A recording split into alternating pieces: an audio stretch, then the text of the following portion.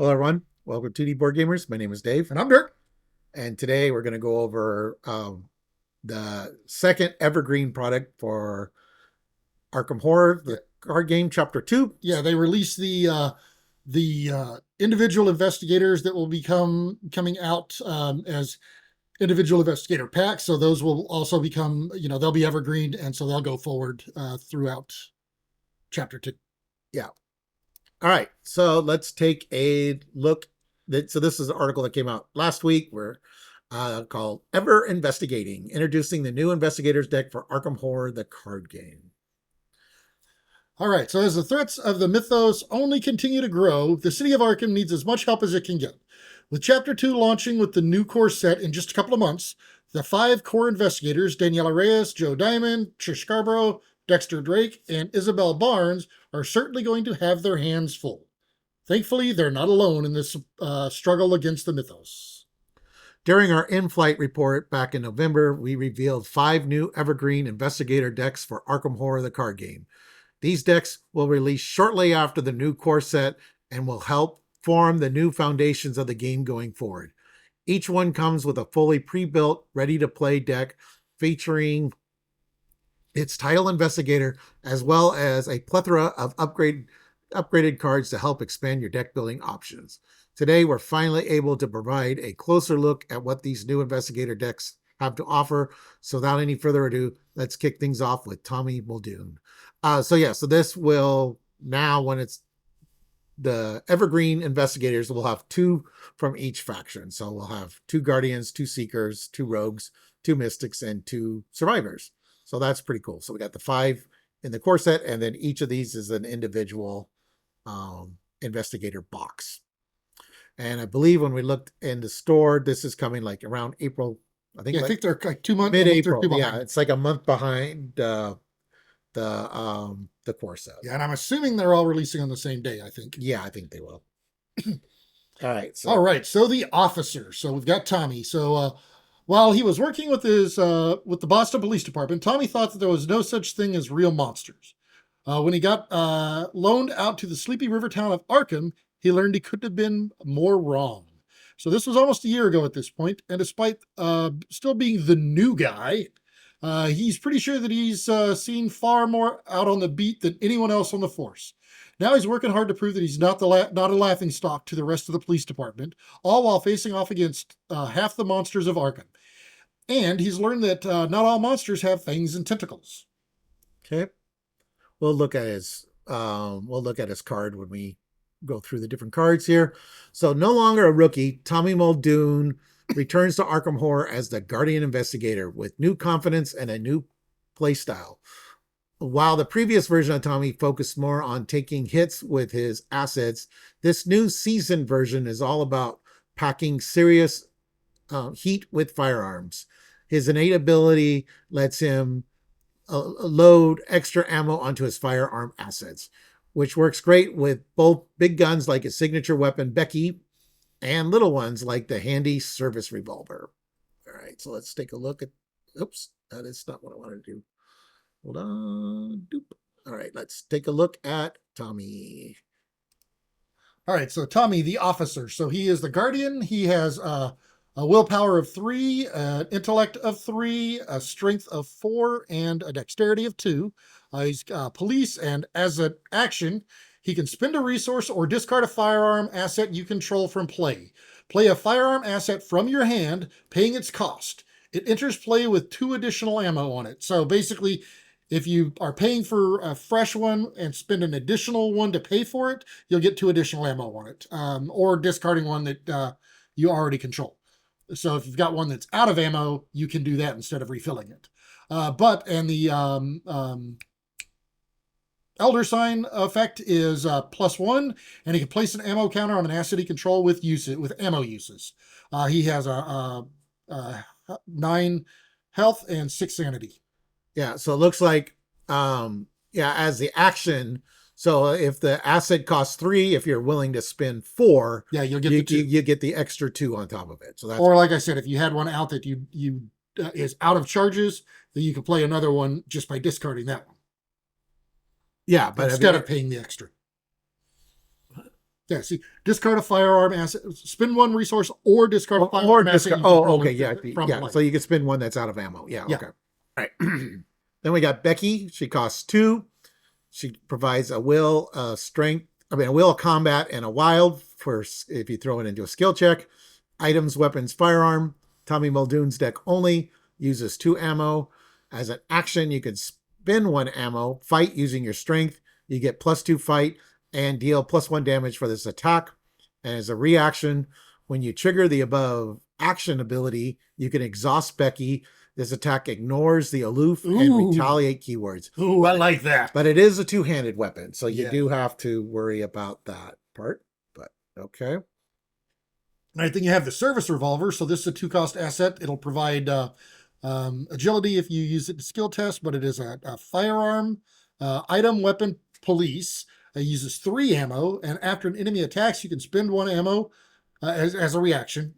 You can spend 1 ammo to fight with strength, and that this attack targets that enemy, and you get +1 fight and an additional damage for the attack. Okay. So they've got that instead of the hunting rifle or hunting knife, right? Was it hunting knife? What was the one that did that? I don't know. There was a knife that did something similar. Okay. As you might expect from his focus on firearms, Tommy will want to load his deck with lots of support cards in addition to the guns themselves. Thankfully, his pre-built deck comes with exactly that, such as the protective vest, which offers a bit of armor in addition to helping Tommy arm himself quickly. You could use the vest to pull a firearm asset out of your deck, or if Tommy's already got one equipped, you can grab an upgrade card instead, such as the new iron sights, which lets you take aim with your gun for a significant boost in accuracy. All that said, with such a hard emphasis on his guns, he and his prosperity to face situations head on. Sorry, the text a little small on my screen. Tommy will need to be careful not to become a loose cannon and get his assets confiscated by higher ups.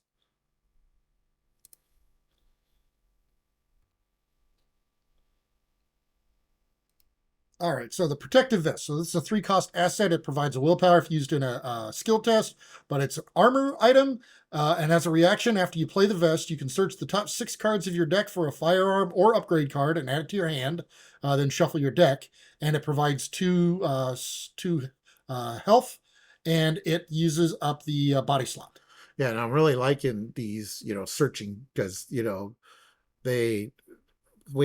I think we didn't have quite as many for Guardians for, searching your deck. There was one, I can't remember what it's called off the top of my head, but it was like only 1 card. I think now we're getting multiples for each class, which is kind of cool. So, the protective vest, you just got a secret gun hiding in your vest, I guess. You got Becky hiding inside your vest, right? Yeah. All right, next we have Iron Sights. It's a 1-cost event. Provides a wild for if you put it into a skill check. Item, upgrade, fast, play only during your turn. Attached to a firearm asset you control. And as an action, you can exhaust Iron Sights. You get +3 skill value the next time you fight using the attached asset this turn. This action does not provoke an attack of opportunity. That's really nice, especially if you got against somebody with a high combat. Yeah. That's really nice. All right, and then his treachery, his signature weakness is the loose cannon.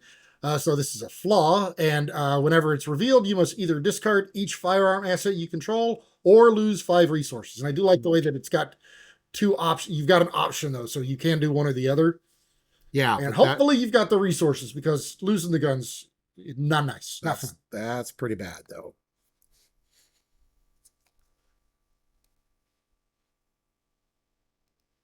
All right, so that was Tommy.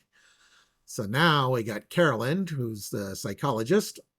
So Carolyn Fern has listened to her parents share their dreams for years, many so vivid that they seem like actual memories, but she never expected to experience such things herself.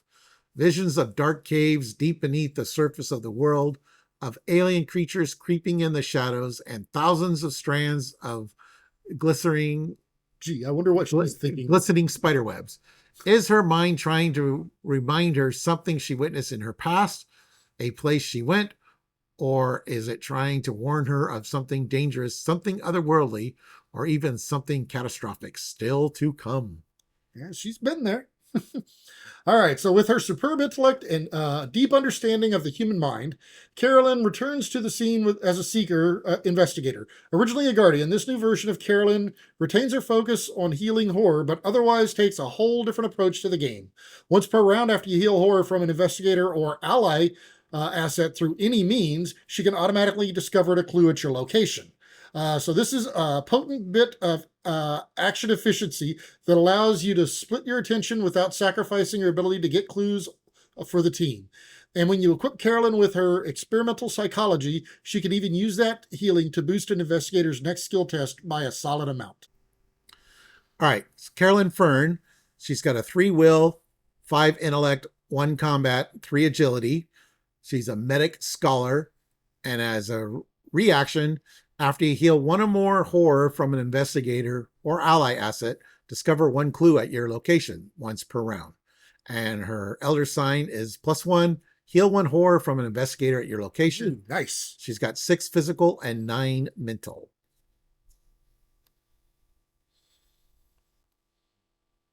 All right, the experimental psychology is a 2-cost asset. It provides mental, intellect, and a wild if you use it in a skill. It is a science tome item. It goes in Carolyn's deck only, so it's her signature item. But as an action, you can test intellect 2 using books. If you you test intellect 2. Yeah, if you succeed, you heal 1 horror from an investigator or ally asset at your location, which will then in turn trigger her ability. And then as a reaction, after you heal horror from an investigator, exhaust experimental psychology, that investigator gets +2 skill value to the next skill test this round. And it takes up a hand slot. Yeah, no, that is nice. This is a pretty nice card because, yeah, you can get a +2 to your willpower or +2 to your intellect. So you got some treachery defense if you've already got, say, 1 experimental psychology out, and you could use your other copy to give you a +2 against the treachery, for will, or +2 to investigate. So are there 2 copies of this? Well, if you put 2 copies in your deck. This is her card. Oh, no, this is her card. Yeah, she's only going to have 1. Oh, yeah, never mind. This is her card. All right. Then we have Dreamer's Chronicle. It's a 4-cost asset. It provides an intellect, a skill icon, item tone, uses 4 secrets, and as an action, spin 1 secret, investigate using books. The first card you commit to this investigation gains a wild, and if you succeed, you may take 1 horror to discover 1 additional clue at your location, and it takes up a hand slot. So you take the horror, and then you use the other card to heal the horror and gain the clue. So naturally, Caroline can benefit from her own horror healing, which pairs especially well with cards in her pre-built deck like Dreamer's Chronicle.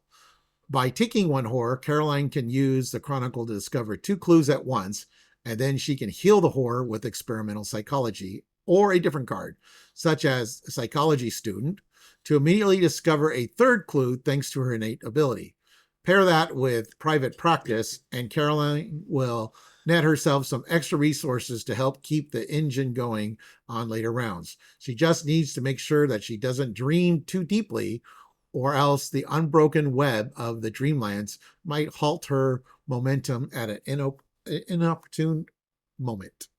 All right. Then we got the psychology student. It's a 2-cost asset. Generates a will to a skill check. Ally misotonic. And as a reaction, after you play the psychology student, heal 2 horror from an investigator or ally asset at your location. And it provides 1 physical, 1 sanity, and it takes up your ally slot. Okay, next we got the private practice. This is a 1-cost asset. It's a profession. Provides an intellect if used in a skill, but it's limit 1 per investigator. And as a reaction, after you heal 1 or more horror, you can exhaust this to gain a resource. Okay. Oh, wow. So you put this out there. So not only will you get an additional clue, you'll get the resource. You've done 3 clues. Wow. Yep. All right. Then we have the Unbroken Web. It's a weakness, terror, Dreamlands, revelation. Put this card into play in your threat area.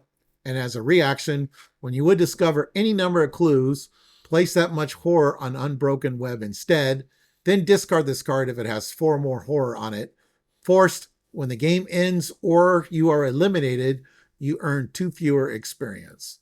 Oh yeah, you definitely want to get rid of this then if you're playing a campaign.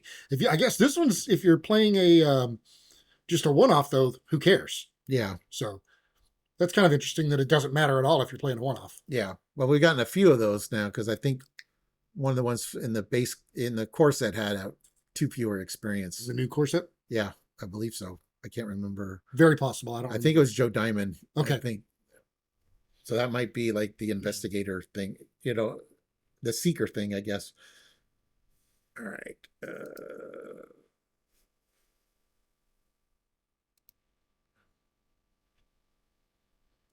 All right. So that was okay. All right. So now we've got the film star. So this one is what is his name? I don't remember. His name is Andre. Okay, so when Andre turned 13, his parents scrounged up just enough money to buy him a ticket to the Central Paris Theater. Enamored by the art form, Andre quickly became obsessed with the silver screen, working tirelessly to act his way to Hollywood. There, while filming A Cosmic Journey, he experienced inexplicable and world-altering happenings. As the lines between reality and fantasy began to blur in his mind, his peer and friend, Betsy Baxter, suggested a change of scenery. At her recommendation, Andre packed up and moved to the small town of Arkham, Massachusetts for a much-needed break. Oh yeah, he's really going to get a break here. Yeah. So they called her a friend, but friend's not in quotes. So that's kind of interesting. Probably no real friend is going to send you to Arkham. Probably got rid of the competition. You've been competing for roles or something. I don't like you, Betsy. You're mean. Yeah. All right. So we'll read his card when we get to the cards. Introducing Andre Patel, the latest, some may say greatest, rogue investigator to join the Arkham Horror roster. First introduced as a supporting character in the Film Fatale scenario pack, Andre steals the show with a smile and a wink, showboating with a versatility befitting a man born for the silver screen. So long as he succeeds at a skill test by 2 or more, his innate ability grants him an extra action once per turn, and that can be any action he wants. The extremely flexible ability can be leveraged in all sorts of ways, and Andre's got 3. That's right, 3 signature skill cards to help ensure he wows the audience enough to trigger it each round. Know the exit, know the line, and know the scene. Each of these skill cards can boost his skill test by up to 3 when committed correctly, ensuring that Andre doesn't just succeed, he exceeds. Because he's an actor. All right. Well, all right, so hold on. All right, so Andre is the film star. So he's got a willpower of 2, an intellect of 3, a fight of 2, and agility of 5. He's a performer, and as a reaction after he succeeds at a skill test by 2 or more during his turn, so it does have to be during his turn, you may take an additional action this turn, limit once per round. And his Elder Sign effect is it's worth +2, and he gains a resource. He has 7 health and 8 sanity. Okay.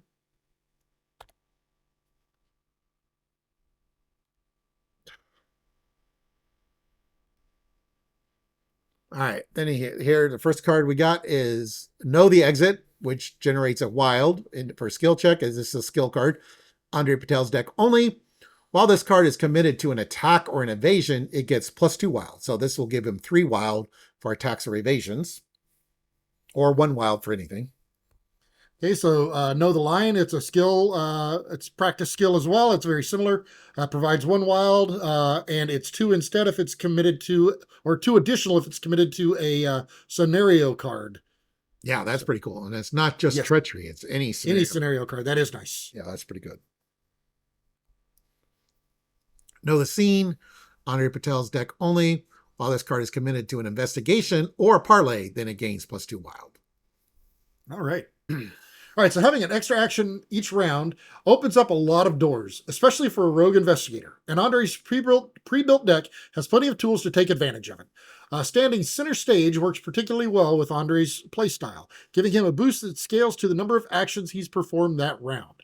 This can help him over succeed to trigger his innate ability, or it can be used during his bonus action for a whopping +4 to the test.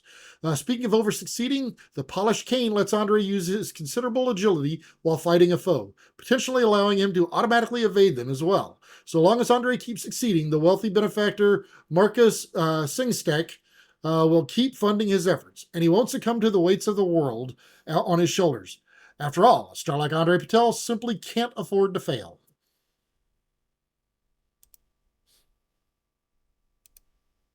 All right, so center stage, it's a 3-cost asset. Talent limit 1 per investigator, uses 3 renown. If there is no renown on center stage, you're going to discard it. And as a lightning action, during a skill test, spend 1 renown and exhaust center stage. You get +1 skill value for each action you have spent this round, including this one, if this is triggered during one of your actions. Okay. And yeah, you're limited to just 1 per investigator, because normally you could have 2 copies of a card, but you can only have 1 for this one.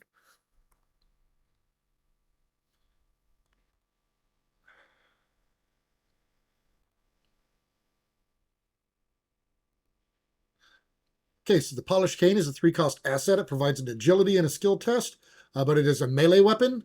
And as an action, you can fight using strength. Add your fight to your strength for this attack. Your agility. Or your agility, your strength. If this attack succeeds by 2 or more against a non-elite enemy, you may exhaust the cane to automatically evade that enemy, and it takes up a single hand slot.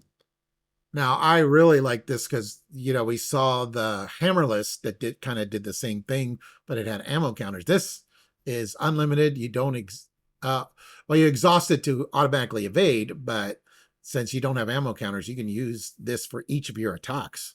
You can add your agility to your combat for each attack. Yes. And then as long as it's, and then if it's a non-elite, then you can evade. Yeah, you can only evade once. You can only evade once, and it has to be non-elite. But this makes you a pretty reliable combat. All right, then we've got Marcus Singstek. He's a 3-cost ally asset. He is a patron. He provides willpower and intellect if in a skill, but he can get 1 additional resource during upkeep phase while he's out. Nice. And as a forced action, after you fail a skill test, you deal 1 horror to him. He does have 1 health and 2 sanity, so he can only fail twice. Well, if he fails the second time, he's gone. And he takes up the ally slot. So yeah, don't fail with him, but while he's out there, yeah, as long as you keep doing good, you're going to get paid for it. All right, then his signature weakness is Weight of the World. It's a weakness. It's a terror. Revelation, put Weight of the Weakness into play in your threat area. Forced, when you fail a skill test while Weight of the World is in play, take 1 horror and shuffle it back into your deck. It always comes back. Yep, because you got the weight of the world on your shoulders.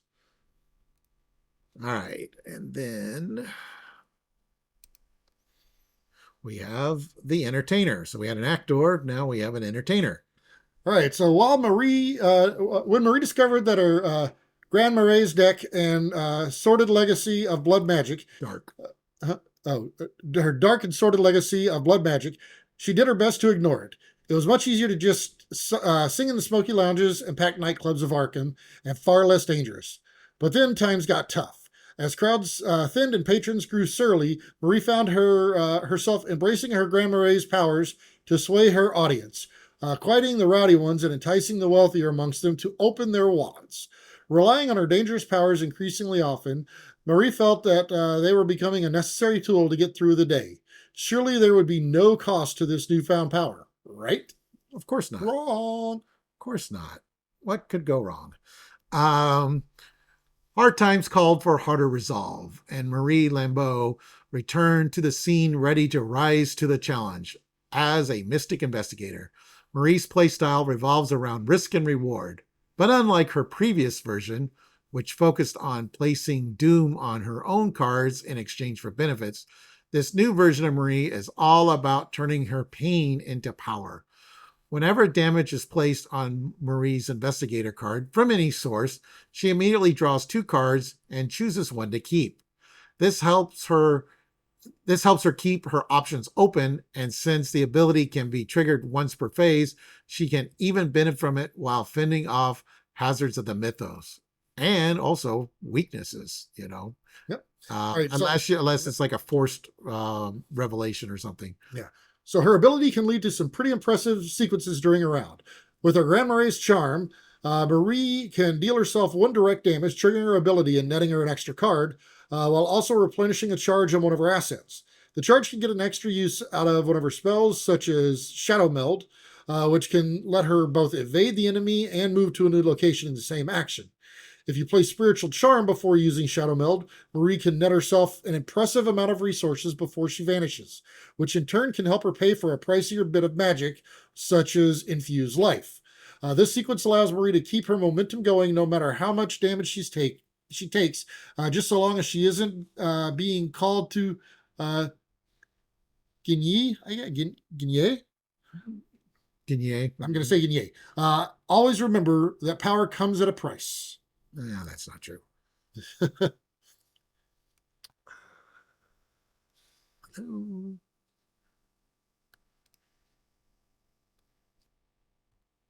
All right, so her card is she's got a 4 will, 4 intellect, 1 combat, 3 agility, performer, witch, and as a reaction, after damage is placed on her, draw 2 cards and discard one of them, limit once per phase. Her elder sign is +0, and if you succeed, you get to heal 1 damage. She's got 8 physical and 7 sanity. So I like the drawing the 2 cards, but the discarding one of those, that could be terrible if you draw 2 really good cards that you want. Yeah, well, plus you're also going through your deck faster, yeah. too. But... All right, so her Grand Marie's Charm is a 2-cost asset. It provides 2 mental and a wild if used in a skill. 2 willpower. Or 2 willpower. Yeah, willpower, mental, same thing. If used in a skill. But it is an occult blessed item charm.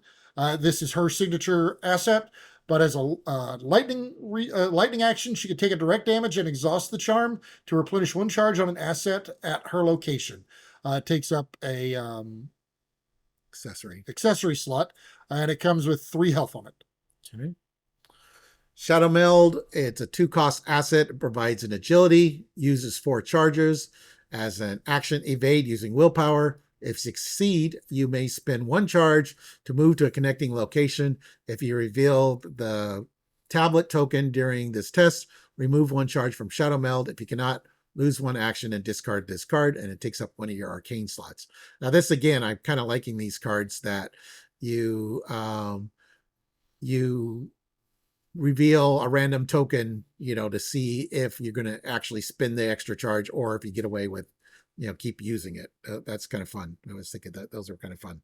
Yeah, I like those. All right, her Spiritual Charm is a 0-cost event. It provides a willpower and an agility if used in a skill, but it is a trick spell. And as a parley action, you can choose a non-elite enemy at your location or at a connecting location. That's kind of cool. You move that enemy to your location, engage it, and gain resources equal to its combined damage and horror values. So that's a lot of resources, but then you got to deal with the enemy. So yeah, hopefully you got a spell out already. Or you got a good evasion card and let the Guardian deal with it. Yeah. Yeah, the Guardian might want to deal with it. Okay, then we have Infuse Life. It's a 4-cost event. It generates a wild. If you put it into a skill check, it's a spell. Heal 3 damage from among investigators or ally assets at your location. Oh, I love the or ally, yeah. Oops. All right, and then her call to Guigné, that's what we're going to call it. Her signature weakness is it's a cursed pact, and when it's revealed, you're going to put this into play in your threat area. You cannot heal damage while this is out. As an action, you can choose and discard 3 cards from your hand to discard it. Okay. Oh, that would be horrible if that one got shuffled back in.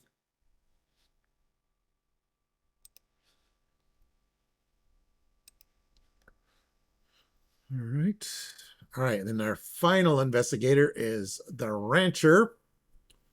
Miguel never thought he'd find himself managing a stockyard. Having left his native Argentina, he has worked tirelessly to save up enough money to bring his husband, Guillermo,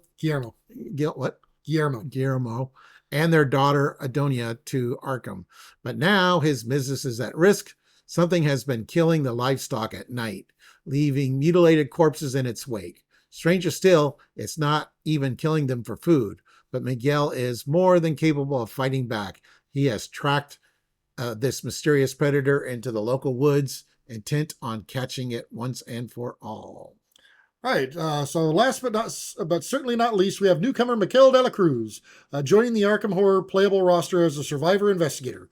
Even horrific monstrosities can fall prey to a hunter's traps, and Miguel's traps are second to none. A fact embodied by his abilities. His innate ability grants him an extra action that he can use to play an event each round. Any event, including ones that synergize well with his trap and trick events. And you want to play plenty of those because Miguel's Elder Sign ability lets him return expended trap and trick cards to his hand, ensuring that he always has something he can use to harry the monsters of the mythos. Okay. Each trap and trick event in Miguel's deck attaches to your location, most often triggering their effects when an enemy enters that location. Take Lie in Wait, for example, which lets you spring a surprise attack on any enemy that enters its space, even if you're currently somewhere else on the map. This works especially well with Miguel's knapsack, which lets him set up his traps on connecting locations before any enemy is bearing down on him. He can use his knapsack to set up a hidden shelter to give his fellow investigators a much needed safe space away from danger, or even utilizing some guerrilla tactics to fight or evade an enemy from up to 2 locations away. All these hunting tools are a necessity if Miguel ever wants to bring down the feline hybrid plaguing his ranch. Since normal methods won't work on such a malicious fiend, still, if anyone's got the grit, determination, and patience to trap the biggest beast in Arkham, it's Miguel de la Cruz. All right, so let's take a look at his cards.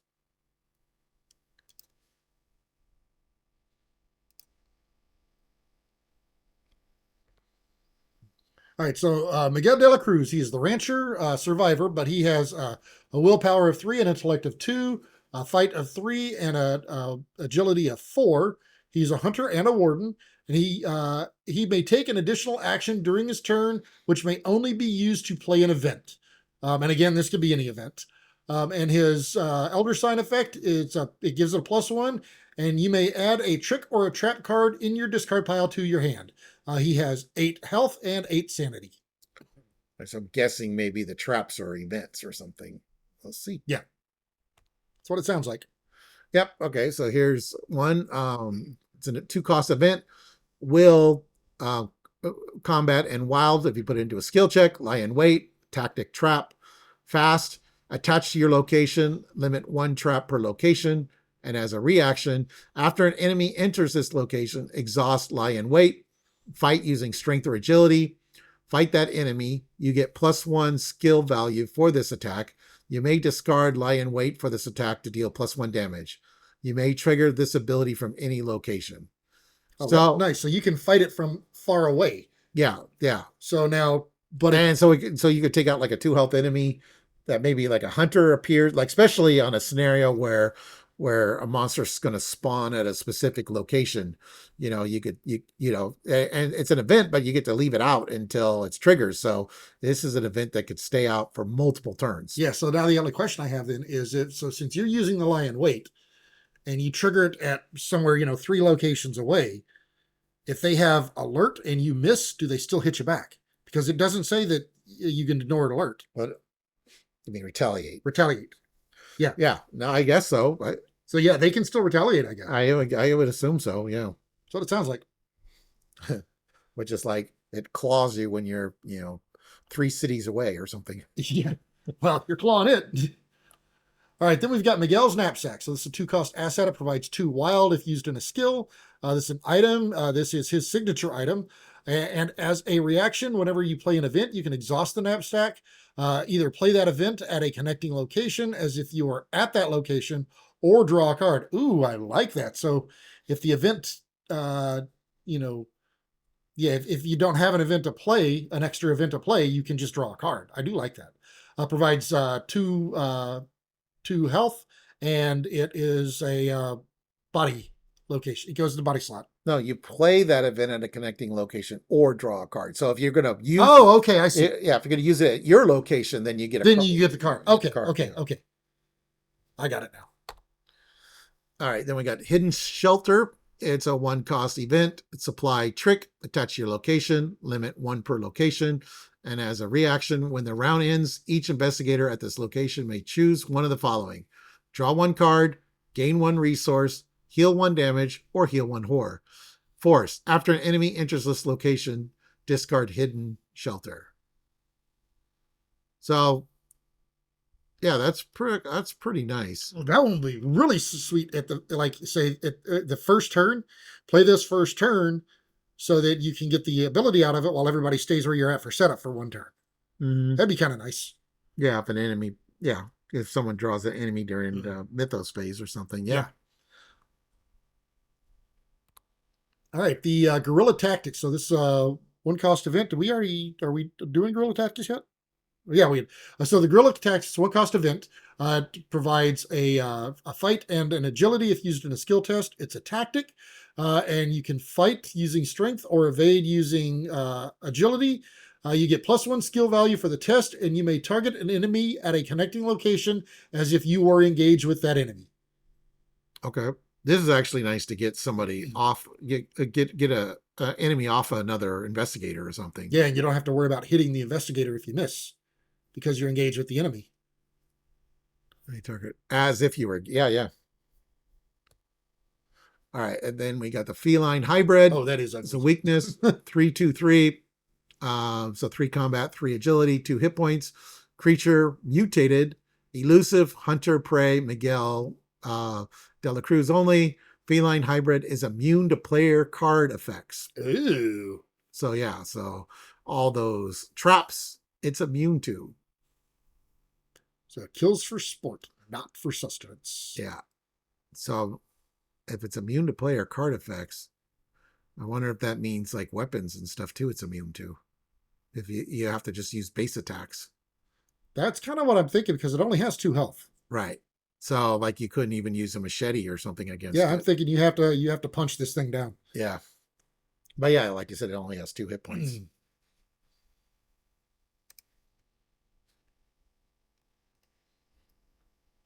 All right. Evergreen Investigating. With these 5 investigators joining those for the new core set, new players and veterans alike will have a strong backbone for their collection as we kick off Chapter 2 for the game. Look forward to adding Tommy Muldoon, Carolyn Fern, Andre Patel, Marie Lambeau, and Miguel de la Cruz investigators decks to your Arkham Horror collection when they arrive this April. All right. So I'm already looking forward to it, because these sound like some interesting and fun ones to play with. Yeah.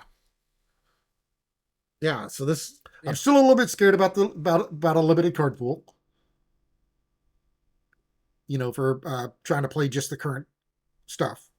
But, I mean, whenever there was a little bit of the game out whenever we first started playing it, but whenever we first started playing, we had a more limited card pool than we do now.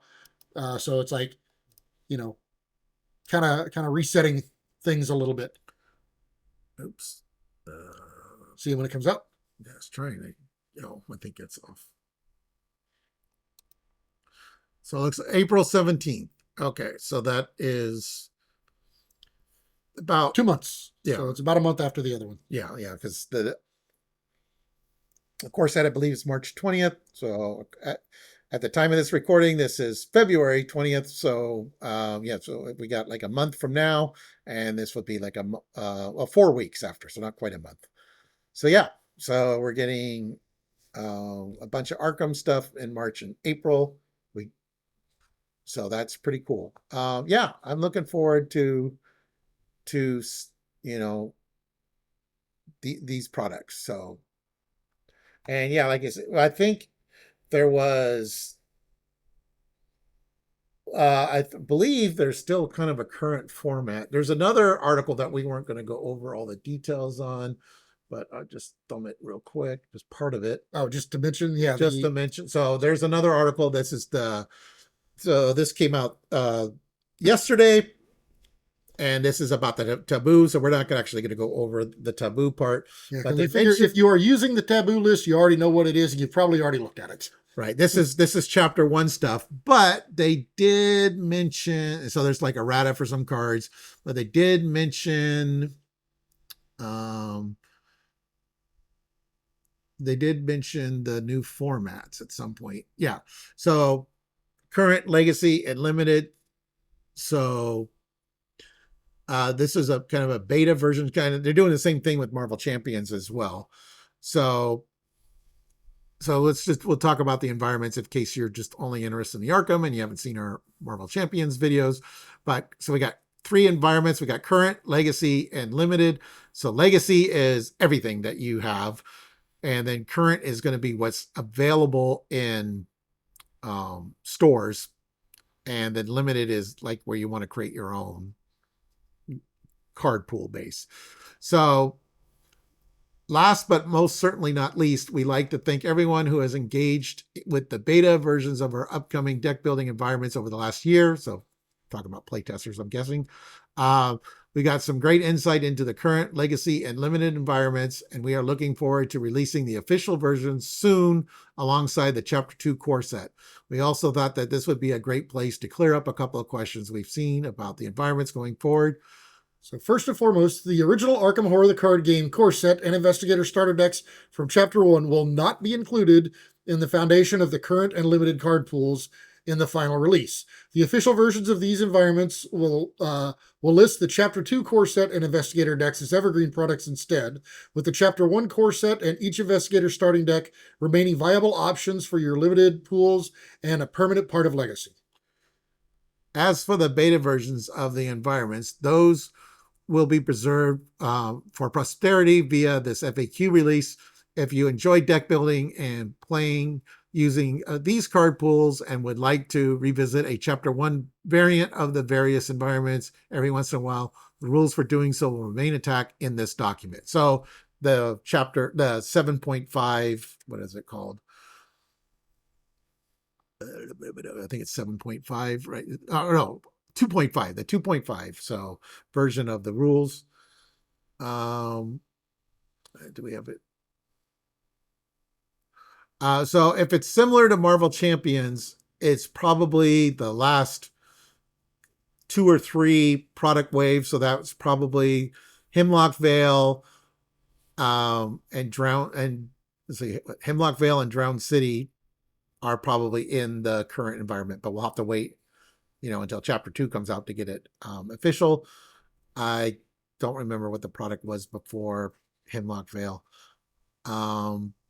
I think that was Scarlet Keys, maybe. Yeah, Scarlet Keys. I think so. But yeah, so these would be whatever is available. So right now, it's probably just the Chapter 1 core set, those Investigator decks, Hemlock Vale, and Drowned City. And I do remember there was a stream that talked about there's going to be an FAQ or a PDF for what to replace, because in those you always had encounter sets from the core set that you added to scenarios, like rats and things and locked doors and things like that. And since those encounter sets may not be in the new core set, they were going to have instead of using rats, you use, I don't know, vermin or something, maybe, whatever the new cards are going to be called, so that you can, so if you don't own Chapter 1 core set and it's going to go away and you still you were able to get a copy of Drowned City, you'll still be able to play it, so that's kind of the purpose of that. And I wonder, and I'm assuming they're going to do the same thing to where if you want to use some of the current stuff in the older environment games, they'll probably do a conversion both ways, is my guess.